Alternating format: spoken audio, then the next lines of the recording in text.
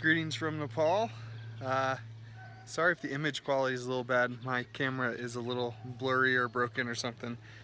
But yeah, I wanted to give you guys an update. Um, so let's see. I don't know. Summer update was a long time ago, but yeah, I'm in Nepal. So why am I in Nepal? I am partnering with a group called Global Missions Nepal, and I am here to help train local pastors and encourage some awesome little churches that are around Nepal. They have an awesome ministry here. Uh, Maybe I'll be able to splice in some videos from the worship services and stuff so you can see them.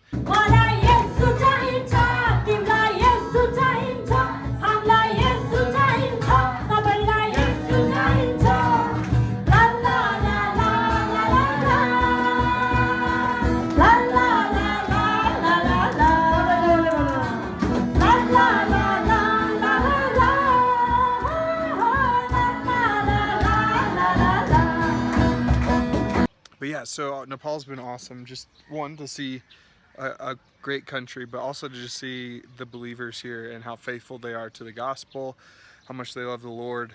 Yeah, it's been a really awesome, encouraging, eye-opening experience. So that's been really cool.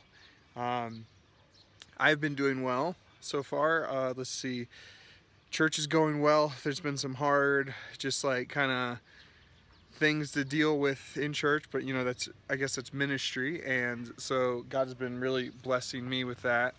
I'm still at the church in North Adams, for those of you who don't know, and I'm going to be there at least through January. Then we're going to kind of talk about long term after that. So I'm praying about that, and you guys could also pray about that as well. It's a great area, great church, great people. So I'm just trying to seek the Lord's will out if this is a place that I could stay for a little while, or if there's other places that I need to head to as well. Yeah, so other things that have been going on. So Nepal, I've been here about 7 days, I guess. I'm in Kathmandu right now, which is the capital.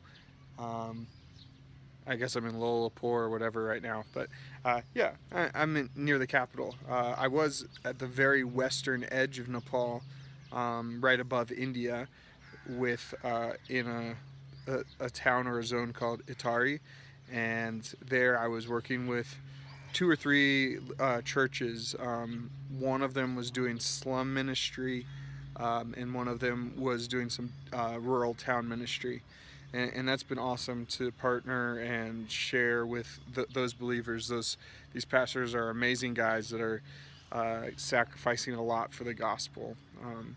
Nepal is a Hindu country, and so there is a lot of there's just tons of satanic worship going on. You hear it all the time. You see it on every corner, outside of every door.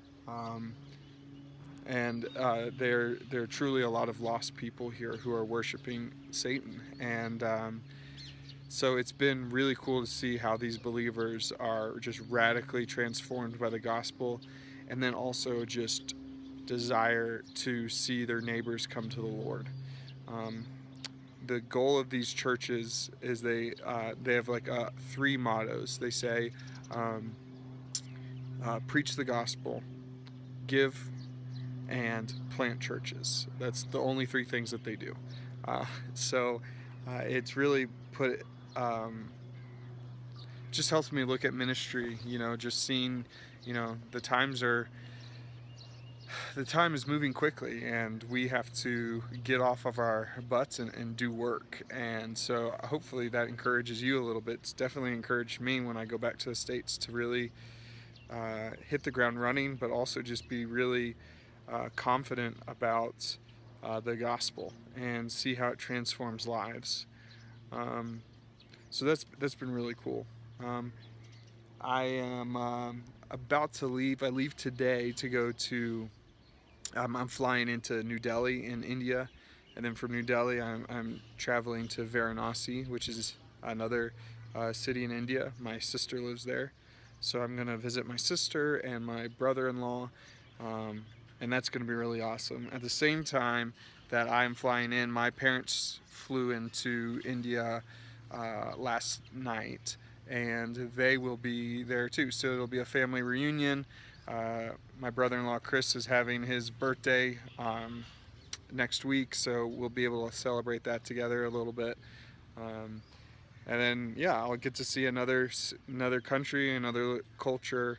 I'm pretty excited about that as well. Um, yeah, so let's see. Some of the cool things you should know about Nepal. One, they are the most generous people. Uh, they will literally they'll feed you forever, which is amazing, especially if you like curry, which I do. Um, the town I was staying in, the average person made about $4 a day. Um, so there's some really extreme poverty. The water is, they have running water. It's not the cleanest water, but it's running water. They have intermittent electricity. Um, they live in concrete homes. So everyone drives a motorcycle.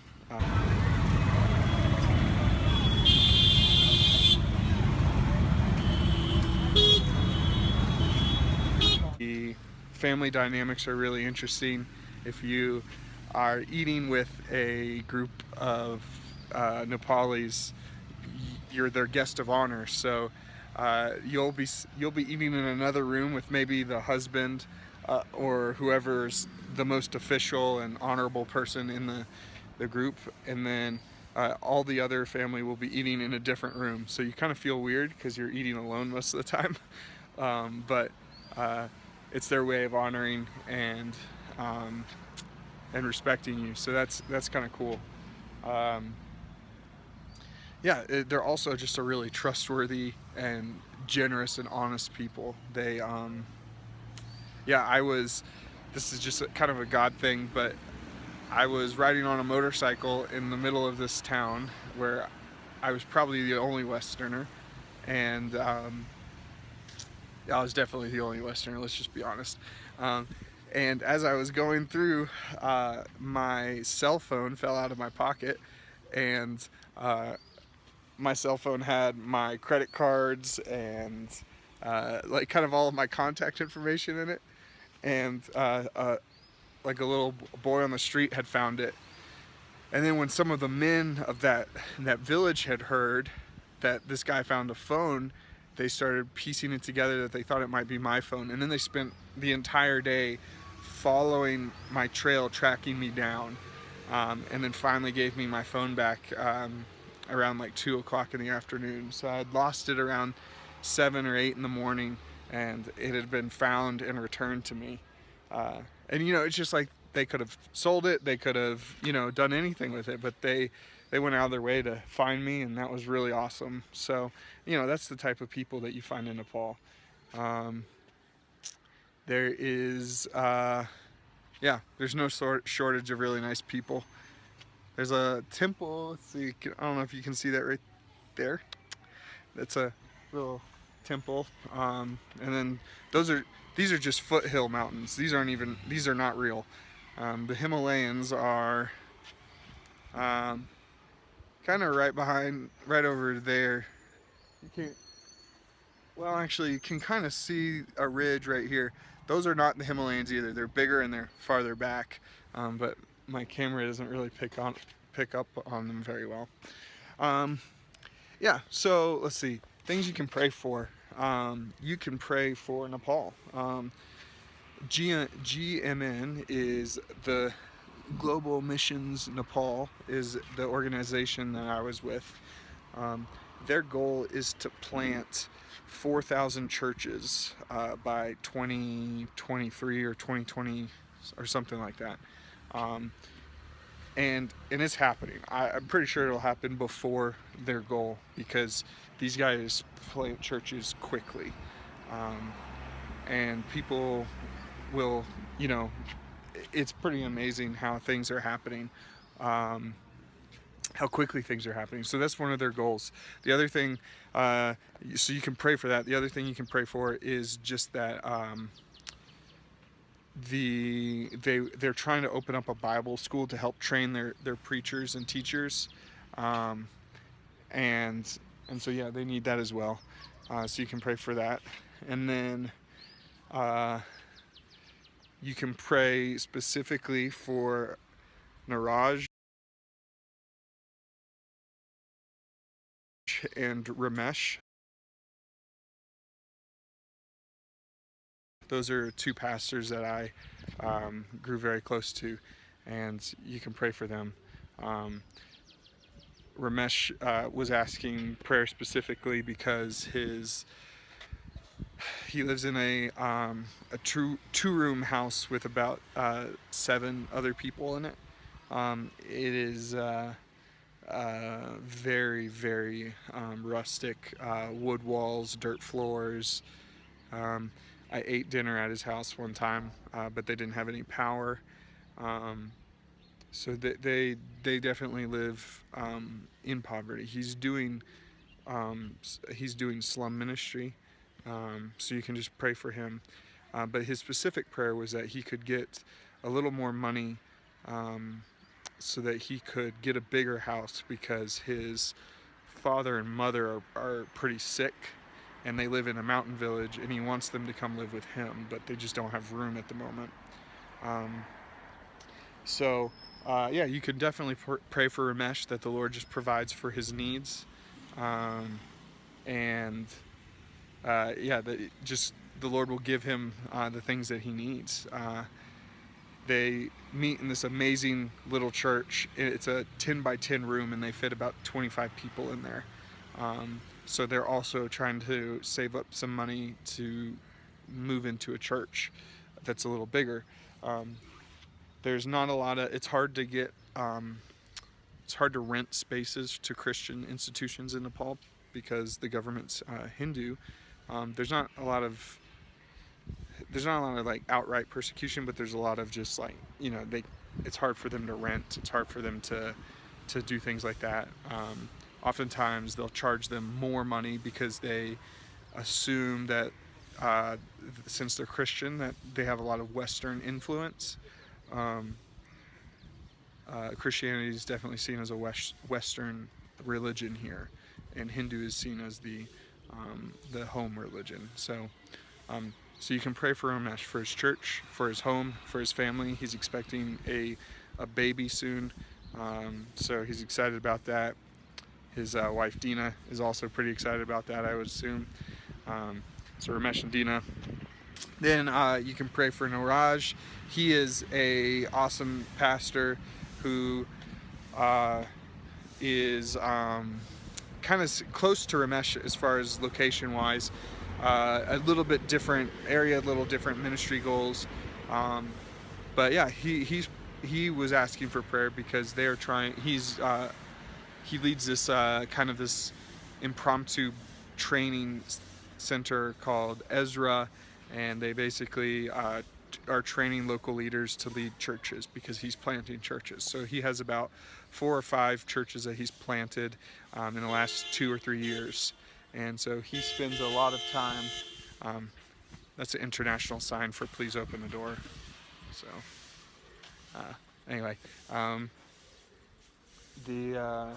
yeah, so that's what Niraj is doing. He's planting churches, and he just wants prayer for those leaders and those pastors as he tries to build them up and get them to a place where he feels comfortable of, kind of stepping back and letting them roll.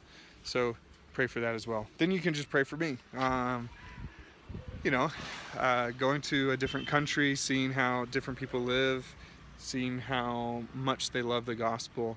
It's just been a really big blessing to me. I just want to make sure that I glean everything that God wants me to glean out of this experience, and I think he's doing that pretty well. I'm excited to go to India and just meet more people, worship with different believers.